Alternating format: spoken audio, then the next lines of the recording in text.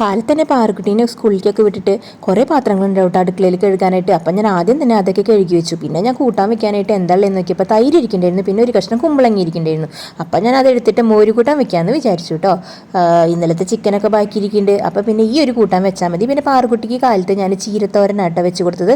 അപ്പോൾ ആ ചീരത്തോരൻ ഇരിക്കുന്നുണ്ട്. അപ്പോൾ ഇതൊക്കെ തന്നെ ഞങ്ങൾക്ക് മൂന്നാൾക്കും ധാരാളമാണ് കേട്ടോ. ചേട്ടൻ ഉച്ചയ്ക്ക് ഊണ് കഴിക്കാനായിട്ട് ചിലപ്പോഴൊക്കെ വരുള്ളൂ കേട്ടോ. അപ്പം ഞാൻ അതിൽ ഉപ്പിട്ടു കുരുമുളക് പൊടി ഇടാൻ നോക്കിയപ്പോൾ അതിൽ കുരുമുളക് പൊടി കഴിഞ്ഞിരിക്കുകയായിരുന്നു. അപ്പം ഞാൻ വേറെ പാക്കറ്റിലേക്ക് പൊട്ടിച്ചിട്ടു. പിന്നെ കുറച്ച് മഞ്ഞപ്പൊടി ഇട്ടു, പച്ചമുളക് ഇട്ടു, ഉപ്പിട്ടു, വെള്ളമൊഴിച്ച ശേഷം അത് ഞാൻ അടുപ്പത്തേക്ക് വെച്ചിട്ടു. പിന്നെ നാളികേരം ഉണ്ടോയെന്നാണ് കേട്ടോ നോക്കണത്. നാളികേരം പിന്നെ അരയ്ക്കാനായിട്ട് വെച്ചു. അതിലേക്ക് ഞാനൊരു വെളുത്തുള്ളി ഇട്ട് കുറച്ച് ജീരകം ഇട്ടിട്ട് കുറച്ച് വെള്ളം ഒഴിച്ചിട്ട് അരയ്ക്കാൻ വെച്ചിട്ടോ. കുറച്ച് വെള്ളം ഒഴിച്ചുള്ളൂ, ബാക്കി ഞാൻ തൈര് ഇട്ടിട്ടാണ് കേട്ടോ അരച്ചെടുക്കാറ്.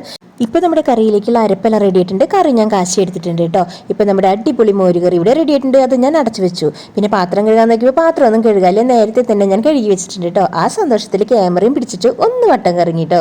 പിന്നെ നേരെ അലക്കി വെച്ച തുണികളെല്ലാം എടുത്തിട്ട് ടെറസിൻ്റെ മുകളിലേക്ക് പോന്നു. അപ്പോഴാണ് ഇന്നലെ ഞാൻ അലക്കിയിട്ട് ചുരിദാറുകളൊക്കെ ഒന്ന് വെയിൽ കൊള്ളിക്കാമെന്ന് വിചാരിച്ചത് കേട്ടോ. ഇന്ന് നല്ല വെയിലുണ്ട്. പിന്നെ പാറുക്കുട്ടിയുടെ രസമായിരുന്നു കേട്ടോ ഇത് അലക്കിയിടാൻ ഉണ്ടായിരുന്നത്. അപ്പോൾ ഇത്രയുള്ള വിശേഷം. Tata bye bye, see U.